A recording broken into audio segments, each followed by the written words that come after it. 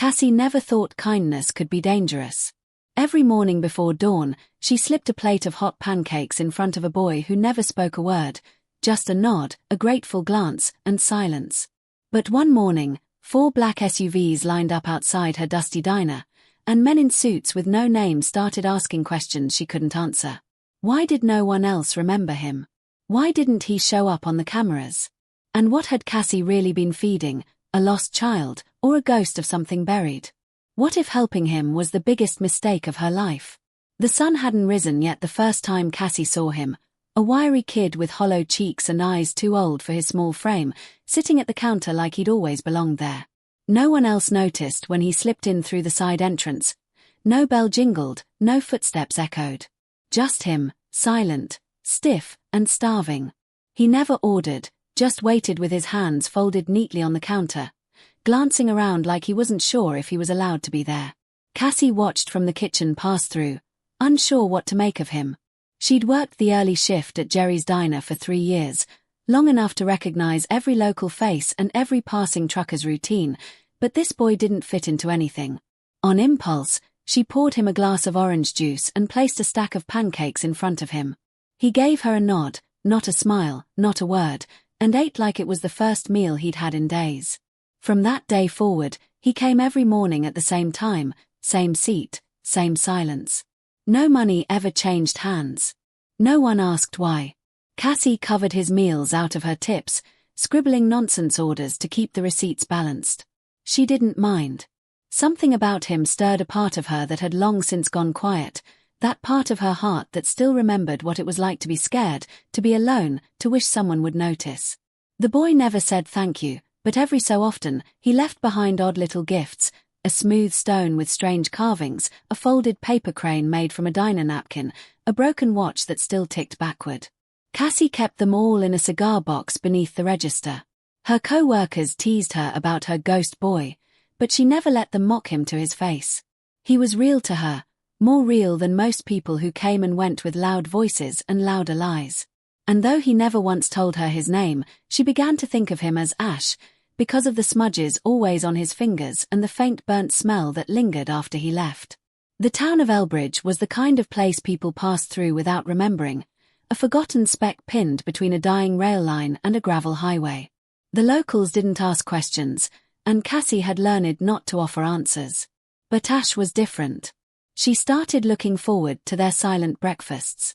Sometimes she tried talking to him, telling him stories about growing up in Elbridge or why she hated the taste of syrup, but he never replied.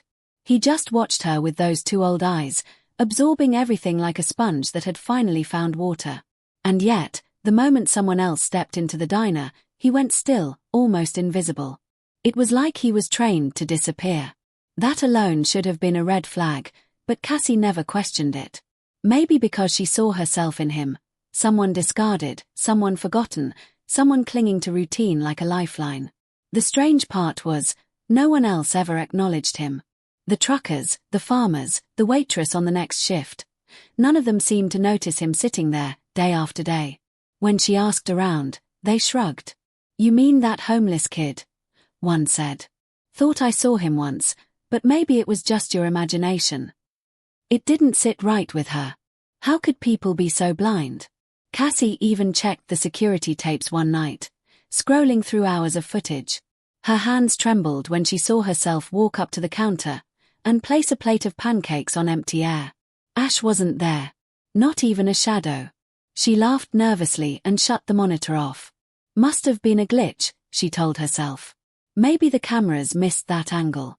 But deep down, something had already started to twist inside her. Because the boy was real. She could feel it in her bones. Each morning, he returned. Each morning, she fed him. And each morning, she told herself it didn't matter who he was or why no one else saw him. All that mattered was that he needed help, and for some reason, she was the one he came to. The town was crumbling, hope was in short supply, and kindness had become a rare currency. If feeding one boy every day was the only good thing she did in this world, then so be it. Still, she couldn't shake the feeling that something was coming. A storm, a reckoning, or maybe just the truth. Whatever it was drawing closer with each silent breakfast. Long before she was the woman who handed out pancakes to invisible boys, Cassie was just another runaway with scars too deep to show. At 19, she fled her childhood home with a black eye and a hospital wristband still on, hitching rides across 3 states until she landed in Elbridge, the kind of town that didn't ask where you'd been if you didn't ask where it was going. She had changed her last name, chopped off her hair, and built a fragile life in the background of a forgotten diner, trying to stay invisible. No social media, no friends who asked too many questions, no visits home. Cassie liked it that way. Her silence was her armor, and routine was her only therapy. Every pot of coffee she brewed, every booth she wiped down, every order she called out was a brick in the wall she'd built around her past. And for a while, it worked. The nightmares faded. The memories dulled. Until Ash walked in and stirred up everything she thought she'd buried. There was something in his eyes that made her think of nights spent hiding in laundry rooms and waking up to footsteps that meant danger. Cassie had once been a child like that. Silent, watchful, and waiting for the next slap or scream. Her father had been the kind of man who knew how to make pain look like discipline and who preached salvation with one hand while bruising with the other. Her mother had disappeared into silence long before she vanished physically, and Cassie learned early on that in their house, words could get you hurt. By 16, she had already tried to disappear once, only to be dragged back. The second time, she made sure no one could find her. It was easier to let the world think she didn't exist. In many ways, that made her and Ash alike, both ghosts of a childhood that didn't belong to them. She'd never told anyone in Elbridge about her real past. The name she gave when she applied at Jerry's was borrowed from a gravestone she passed during one of her many escapes. Even her ID was doctored.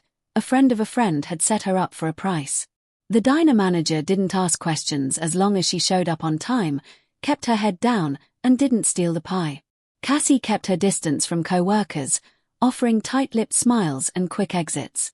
It wasn't loneliness she feared, it was being known.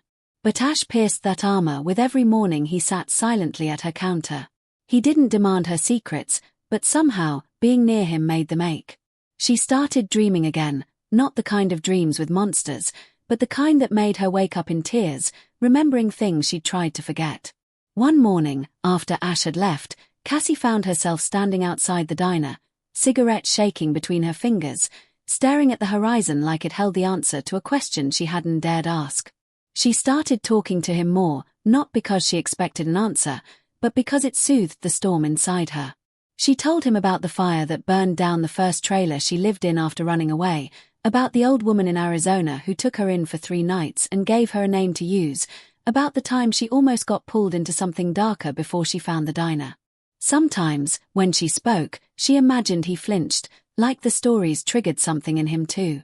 And though he never said a word, he once reached out and touched her wrist, gently, like he was trying to say, "I know." After that, she stopped holding back. She brought him extra food when she could, let him sit longer than her shift allowed, and even gave him an old flannel she kept behind the counter for cold mornings. It was too big for him, but he wore it every time he came back. Cassie didn't notice how much her habits changed until her manager pulled her aside one afternoon. "You've been distracted," he said. "Spending too much time on that side of the counter." She lied, said she was tired, promised to refocus. But her eyes kept drifting to the clock every morning, waiting for Ash. Her co-workers started teasing her more openly. "Still talking to your imaginary boyfriend?" one sneered. Cassie didn't bother to correct them. She couldn't explain it. The way it felt like saving him was saving a version of herself. The one that had once believed someone might come for her. Deep down, she knew what she was doing was reckless. She had lived her life under the radar for a reason. Drawing attention, even the quiet kind, was dangerous. But something in her couldn't stop. Feeding Ash became a ritual that tethered her to hope, and for the first time in years, she started believing maybe her kindness meant something more than survival. Still, she couldn't shake the fear. She'd sometimes walk home with her keys between her fingers, checking over her shoulder like she used to. She started sleeping with her phone in her hand, ready to call someone, though she had no one to call. On bad nights, she would sit by the window and watch the empty streets, wondering what would happen if the past finally caught up to her. And when she dreamed now, it was of fire and forests, of a boy running barefoot through snow, of doors locked from the outside. She tried not to think about it too hard. The more she cared about Ash, the more she feared losing him. And the more she feared losing him, the more she started to wonder who, or what, he really was. Because sometimes, when she looked into his eyes, she didn't see a child at all. She saw something older. Something ancient. And it looked back at her like it remembered everything she'd ever tried to forget. It started like any other day. Cassie wiped down the counter at 6:03 a.m., the same cloth she always used, the same chipped mug of coffee steaming beside her, the same faded song playing on the radio that had never worked quite right. She glanced toward the door out of habit, her heart tugging forward in quiet anticipation. But Ash didn't come.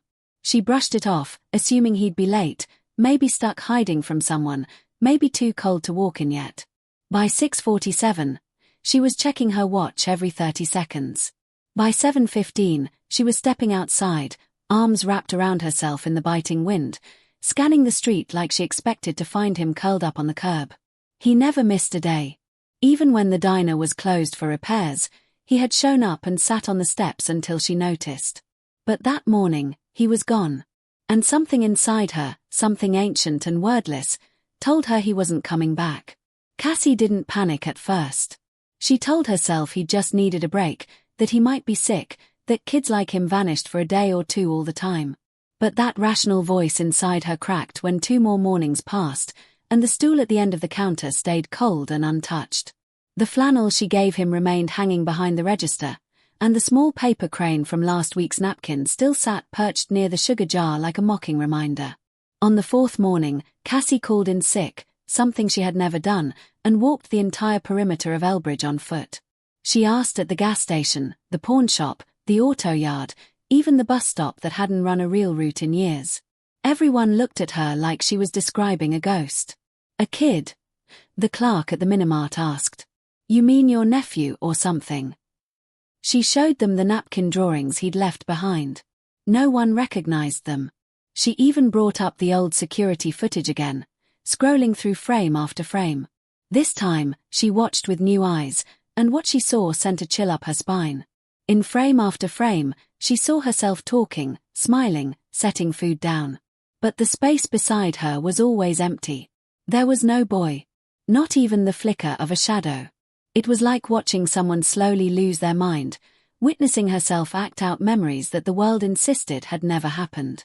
She grabbed her coat and stormed out of the diner, heart racing, skin prickling with a feeling she hadn't known since her days on the run, the feeling of being watched.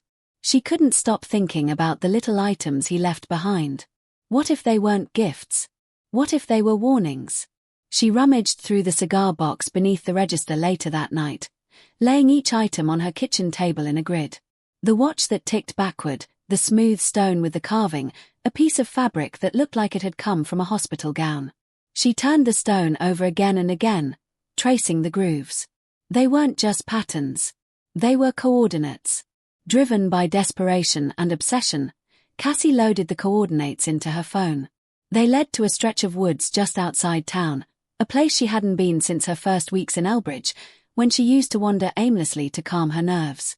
She packed a flashlight, the flannel shirt, and the box of trinkets, and headed out under the cover of dusk. The deeper she walked into the trees, the quieter the world became. Not the peaceful kind of quiet, this was the kind of stillness that warned of predators, the kind where even birds knew to shut up. Her flashlight flickered. Her breath came in quick bursts. And then she saw it, an old structure, half sunk into the earth, covered in moss and rust. A door slightly ajar, padlock snapped in half like it had been crushed. She called out his name, not Ash, not the name he'd never given her, but the name she'd made for him. No answer. Just the echo of her voice bouncing back like a lie. Inside the structure was worse. The air was damp and stale, filled with the metallic scent of decay. The walls were lined with moldy cots, old restraints, and what looked like children's drawings scratched into the concrete. Names were etched everywhere, some crossed out, some unfinished. There was a clipboard still hanging near the entrance with faded dates and phrases like Phase 3 and anomalous cognitive retention. Her stomach dropped. This wasn't a shelter. This had been a holding place. Maybe even a lab. Her flashlight caught on a photograph half buried in the dirt, a blurry image of a boy with eyes far too knowing. Cassie fell to her knees. It was Ash. But the photo was dated 1993. Her hands shook as she picked it up. That couldn't be right. He hadn't aged a day. She stumbled backward, suddenly gasping for air, trying to convince herself it was a misprint, a coincidence, a trick of the light. But the evidence was mounting, and it all pointed to one horrifying possibility. Ash was not just missing, he was never supposed to exist in the first place. Back at the diner, things got worse. The others started noticing her erratic behavior. The manager warned her again. A co-worker found the box of trinkets and joked about her shrine to imaginary friends. The customers had their own whispers, calling her the crazy waitress, the one who talks to herself. Cassie didn't care. She went back to the woods every night, convinced she'd missed something, that there was a door or tunnel or clue that would bring him back. But the more she searched, the more questions surfaced. She started seeing cars she didn't recognize parked near her apartment. Once, she found her front door cracked open despite locking it. Her phone made static noises when she tried calling for help. And then came the messages. One slipped under her door in a plain envelope. "Stop looking." Another scrawled on her bathroom mirror in condensation. "He was never yours." She didn't know who was watching, but she knew now that Ash's disappearance wasn't a coincidence. It was a cover-up. And if she kept digging, they'd come for her too. Cassie reached the edge of something that night. Not just paranoia, but revelation. Ash wasn't just a lonely boy. He was something else entirely, something forgotten or hidden or erased. She began to wonder if their bond had been accidental or if she had been chosen, used as a safe house, a point of contact, a way for him to leave a breadcrumb trail. Maybe the trinkets were messages meant for someone else. Maybe he had trusted her with more than kindness. Maybe he'd trusted her with the truth. And if so, then whoever took him was terrified of what she might figure out next. It was a Friday morning when they came, the kind of morning so normal it made what happened next feel like a rupture in reality. The sky was a dull slate of grey, the diner half full with regulars sipping watery coffee and poking at eggs, the air thick with the scent of burnt toast and fryer oil. Cassie had barely shaken off sleep when the low rumble of engines stirred something primal in her gut. She turned toward the wide front windows just in time to see 4 identical black SUVs roll to a slow, synchronized stop in the gravel lot, their tinted windows so dark they swallowed the reflection of the sky. No one in Elbridge ever arrived in convoys, and certainly not in matching black vehicles that looked like they belonged to the kind of people who carried more credentials than names. The diner fell silent. Even the ancient radio cut out, as if it too sensed something unnatural in the air. When the doors opened, the town seemed to hold its breath. 6 men stepped out, dressed in tailored black suits with no visible logos, no badges, no emotion. They walked with the eerie precision of people who had practiced being unnoticed while demanding full attention. The tallest one, with steel-grey hair and eyes that never blinked, entered first. The others flanked the diner like guards securing a perimeter. The lead agent stopped in front of Cassie's counter and said her name before she had a chance to ask theirs. Not just her alias, her real name. The one she hadn't used in over a decade. The name she thought she had buried along with everything that came before Elbridge. Cassie froze, heart thrumming against her ribs like a trapped animal. The man offered no introduction, just a single question spoken low enough for only her to hear. "Where is the boy?" Cassie stared at him, mouth dry, trying to form a lie. But something told her it wouldn't matter. These men already knew more than she did. "He's gone," she whispered. The man tilted his head slightly, as if weighing the truth in her voice. "That's unfortunate," he replied, then slid a manila envelope across the counter. Inside were photographs, dozens of them, some grainy, some surveillance grade, all featuring Ash. Sitting at her counter. Walking along the highway. Sitting alone in a field outside town, watching something no camera could capture. She flipped through them, each one more haunting than the last. In every shot, he looked the same, too still, too empty, as if time couldn't touch him. But the final image made her stomach twist. It showed her, asleep in her apartment, and Ash standing beside her bed, watching her. There were no windows open. No doors unlocked. No way he could have gotten in. The timestamp said it was 3 days before he vanished. The man in the suit leaned closer. "You need to forget him," he said. "Do not mention his name again. Do not look for him. Do not speak to anyone about what you think you saw. He's not your responsibility. He never was." His tone wasn't threatening, it was something worse. Final. Cassie opened her mouth to protest, but he raised a hand and spoke over her. "You've been marked for observation. You'll be monitored for the next 60 days. If we detect any deviation, any attempt to contact the subject again, you will disappear. Do you understand?" She nodded before she even realized she had. The air felt thin. Her hands trembled beneath the counter. Before she could ask anything, who they were, what Ash was, why she was the only one who remembered him, the men turned and left in the same perfect formation they arrived in. The SUVs drove off without a sound. Just the smell of cologne and ozone left in their wake. The customers, as if released from a trance, resumed their eating without question. A woman even asked for more coffee, as though a team of men in suits hadn't just walked through their sleepy town diner asking about a boy no one else remembered.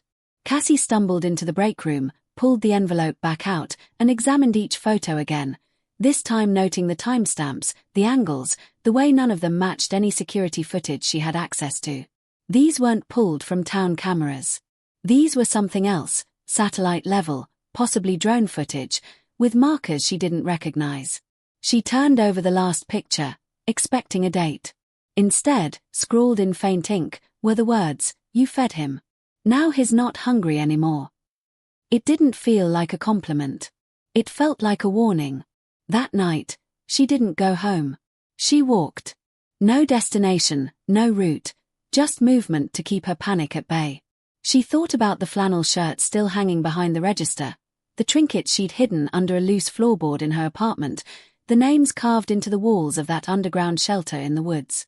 The men hadn't asked about those. Why not? Were they already aware of them? Was she being tested to see what she would volunteer? The thought made her sick. At a payphone near the closed library, she tried calling an old number from her past, one she hadn't dialed in years. It rang once, then went dead. When she looked behind her, a black SUV was idling across the street, headlights off. She didn't go home that night, and when she did return the next morning, the apartment was untouched but felt wrong. Like someone had been there and put everything back slightly off-center. Cassie told herself to stop. To run again. Change her name, head south, vanish like she had before. But something anchored her now. Ash wasn't just a boy who needed pancakes. He was something else, a message, maybe a key. If they had erased him, then why leave the photos? Why show her proof only to demand her silence? Unless they wanted her to break. To question everything. To fall apart under the weight of it all. She wouldn't give them the satisfaction. Instead, she pinned the photo of Ash standing at her bedside to the inside of her locker. Not as a reminder of fear, but as a declaration. He had come to her for a reason. And the men in suits, no matter how powerful, how connected, were afraid of what that reason might be. Over the next few days, Cassie felt herself split in two. One half served eggs and coffee, made polite small talk, smiled at customers. The other half lived in shadows, studying every passerby, every parked car, every light that flickered a second too long. She wrote everything down in a notebook, license plates, names, odd patterns in radio static, dreams she couldn't explain. And one morning, tucked into her apron pocket, she found a napkin folded into a star, a shape Ash had never left before. On its underside, a single word written in charcoal, soon. Her heart pounded. He was alive. Somewhere. And if he had found a way to leave her that message, it meant she still mattered. And if she still mattered, then the game wasn't over. The napkin star changed everything. Cassie held it like it was radioactive, her fingers trembling as she turned it over again and again, replaying the implications in her mind. Soon. That one word cracked the veneer of fear the men in suits had tried to nail shut. She wasn't just being watched, she was being contacted, and not by her enemies. For the first time since Ash disappeared, she felt less like prey and more like a participant in something bigger than she could explain. She started carrying the star in her coat pocket like a talisman and returned to the woods where she'd found the old structure, combing the area with a sharper focus. This time, she noticed things she hadn't before: indentations in the soil too symmetrical to be natural, pieces of synthetic mesh buried in mud, remnants of shredded cloth with numbers printed on them instead of logos. These weren't just the bones of a forgotten place. They were the remains of something deliberately erased. At the edge of the woods, nearly obscured by a collapsed tree, Cassie found a rusted metal door embedded in the hillside. The hinges had been melted off, not rusted or pried. Inside was a narrow tunnel that descended far beneath the ground. With only the light of her phone, she moved cautiously, her boots crunching on glass and debris, her breath loud in the claustrophobic silence. The tunnel ended in what looked like a command post. Banks of dead monitors, files burned into ash, a single chair bolted to the floor. But someone had come here recently. Cassie spotted footprints in the dust, a water bottle not yet empty, and a hastily scrawled map taped to the wall. It was drawn in red ink, marked with strange symbols, dates, and names. One name she recognized instantly: Ash. Next to it, in a box, was the phrase Nexus Protocol, failed to contain. She took a photo with her phone, heart hammering, then began rifling through the one intact cabinet.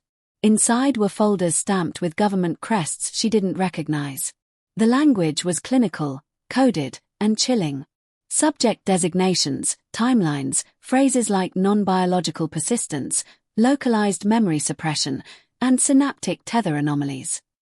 One file was thicker than the rest, labeled Cassiopeia Elridge, Incident Proximity, Type 3. Her fingers froze. Cassiopeia was her real name. Elridge, her new town.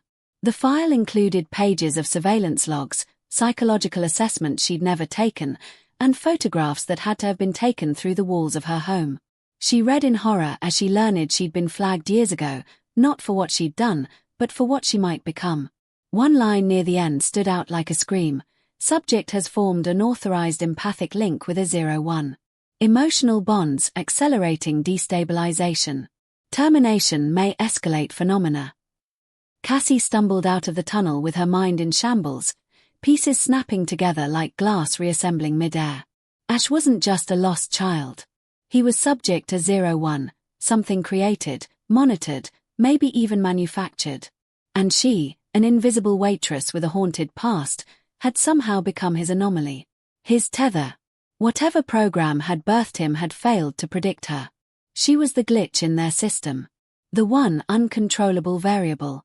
She sat on the cold forest floor for what felt like hours, digesting the truth. The SUVs, the silence from the townspeople, the flickering cameras, it wasn't paranoia. It was policy. The world had been edited around her, her memories preserved like a single line of code left untouched in an overwritten file. But now that she remembered, now that she knew, the erasure wouldn't hold. The next day, a new SUV appeared, not black, not tinted, just an ordinary blue vehicle parked across from the diner. A woman sat inside, sunglasses on, a manila folder in her lap. When Cassie stepped outside for her smoke break, the woman opened the door and gestured for her to enter. Against her better judgment, Cassie did. The woman didn't offer a name. She simply said, "You've seen what they want to keep hidden. You deserve context." The folder was filled with declassified files, real ones, this time, stamped with agency acronyms Cassie barely recognized.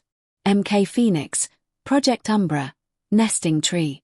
Each outlined experiments conducted on children with anomalous neurological patterns. Kids born during solar storms, kids who survived events no one should have, kids who, like Ash, didn't fit into time or space the way others did. The program had tried to train them, contain them, erase them. Most failed. Some vanished. A few, like Ash, adapted and escaped containment altogether.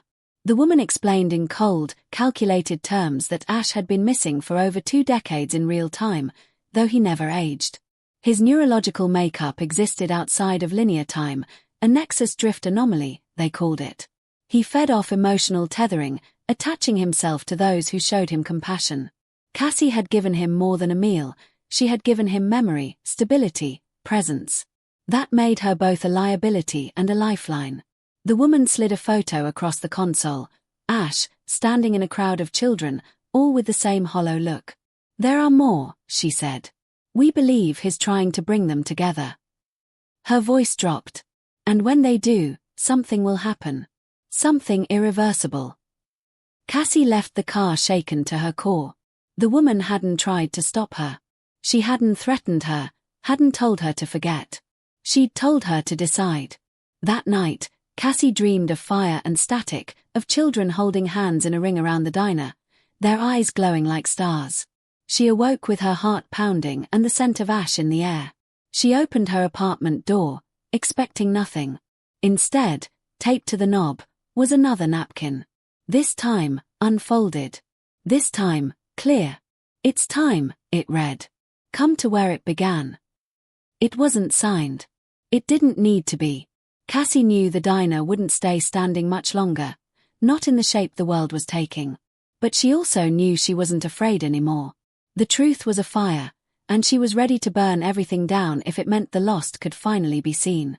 Cassie arrived at the diner before the sky had begun to bleed its first streaks of pale orange over the horizon, the parking lot still shrouded in shadows, the air thick with silence that felt rehearsed, too deliberate. The napkin note had not said a time, but somehow she knew it would happen at dawn. She stepped inside the diner, her sanctuary, her prison, her battlefield, and for a moment everything looked the same. The stool Ash always occupied sat waiting at the counter, the flickering neon sign buzzed faintly in the window, and the coffee maker gurgled to life like it did every morning. But the air carried an electricity she hadn't felt before, as if time had folded in on itself, holding its breath for what was about to unfold. She didn't turn on the lights. Instead, she moved behind the counter and waited, eyes fixed on the door, heart thrumming like a signal caught between two frequencies. The first SUV rolled up at 6:11 a.m., then another, then the next. But this time, they didn't park in formation. This time, they scattered, some to the back, some along the street, some angled in like hunters preparing for every possible exit.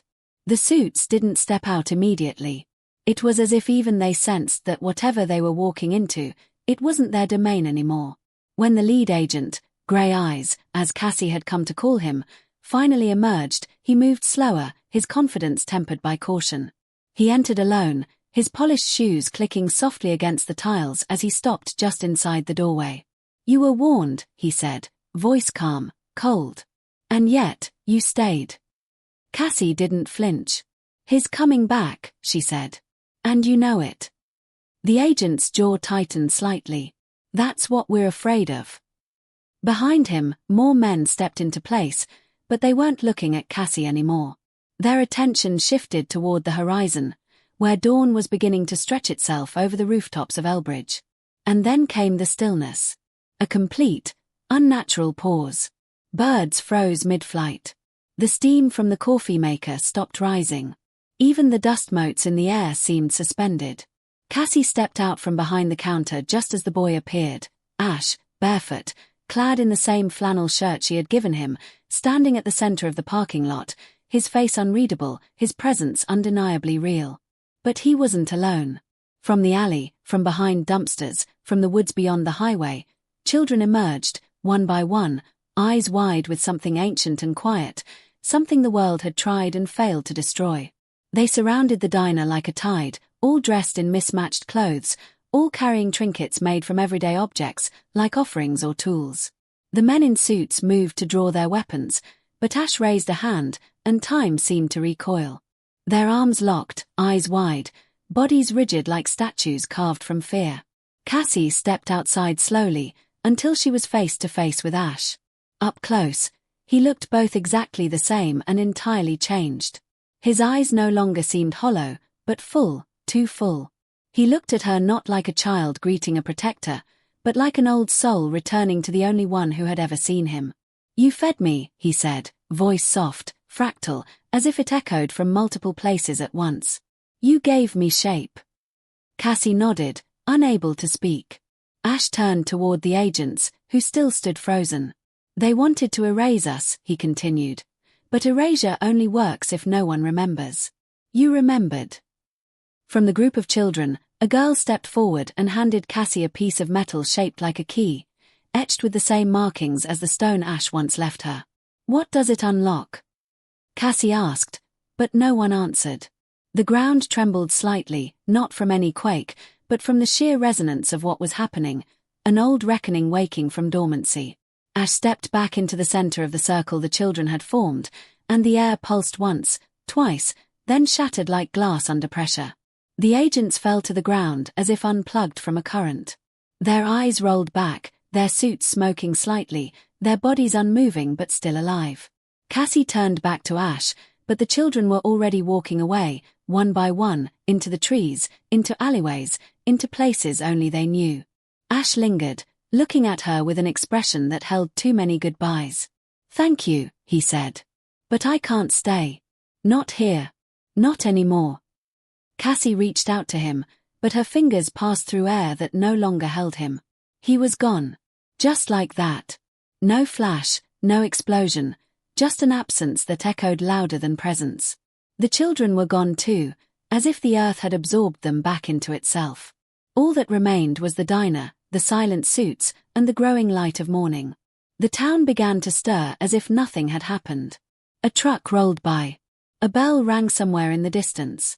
Cassie stood alone in the parking lot, still holding the key, unsure of what it meant, unsure of what to do next. In the weeks that followed, the men in suits never returned.